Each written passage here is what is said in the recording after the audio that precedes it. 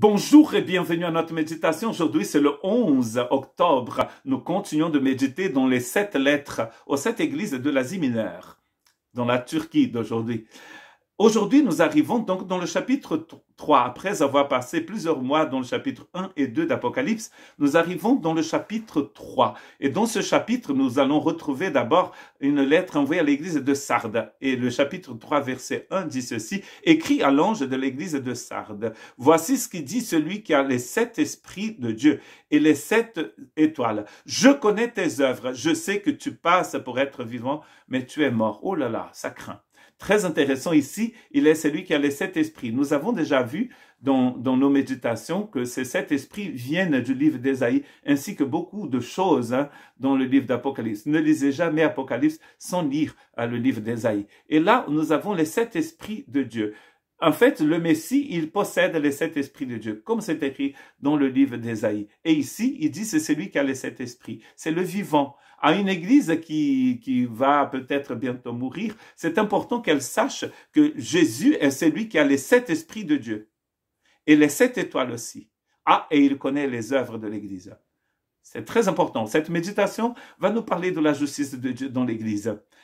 Très important. Pourquoi? Parce que cette église, c'est une église qui n'est pas bien vêtue. Rappelle-toi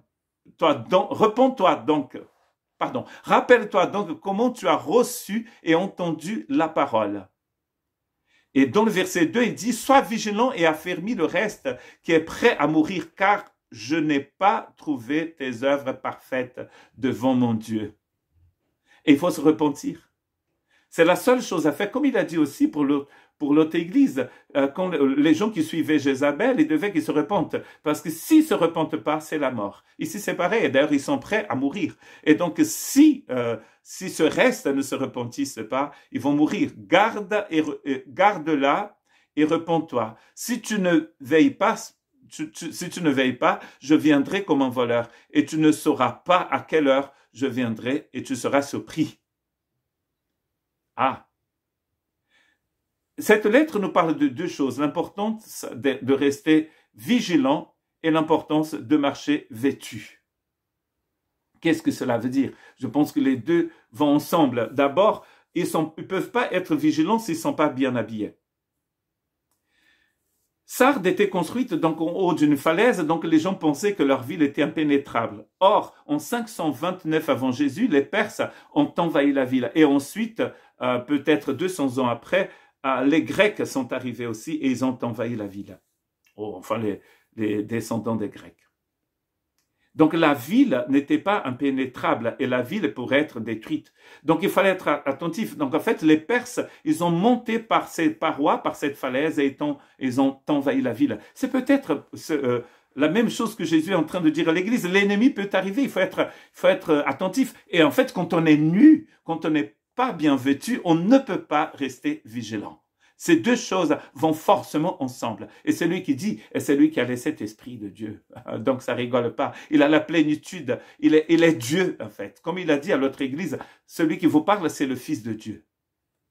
Lisons ce qu'il dit Jésus dans Matthieu 24, 43 et 44. Sache-le bien. Si le maître de la maison savait à quelle heure de la nuit le voleur viendrait, il veillait et ne laisserait pas percer sa maison.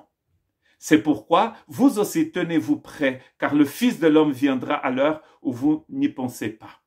Et donc l'importance d'être vigilant, c'est parce qu'on ne sait pas quand il va venir.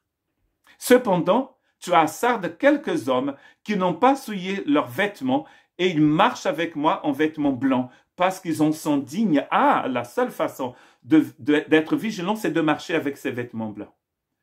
Et pourquoi les œuvres de cette église, elles n'étaient pas bonnes? C'est parce qu'elles n'étaient pas faites en Dieu. Mais quelques-uns, heureusement d'ailleurs, que quelques-uns marchaient vêtus de blanc. Qu'est-ce que ça veut dire de marcher vêtu de blanc?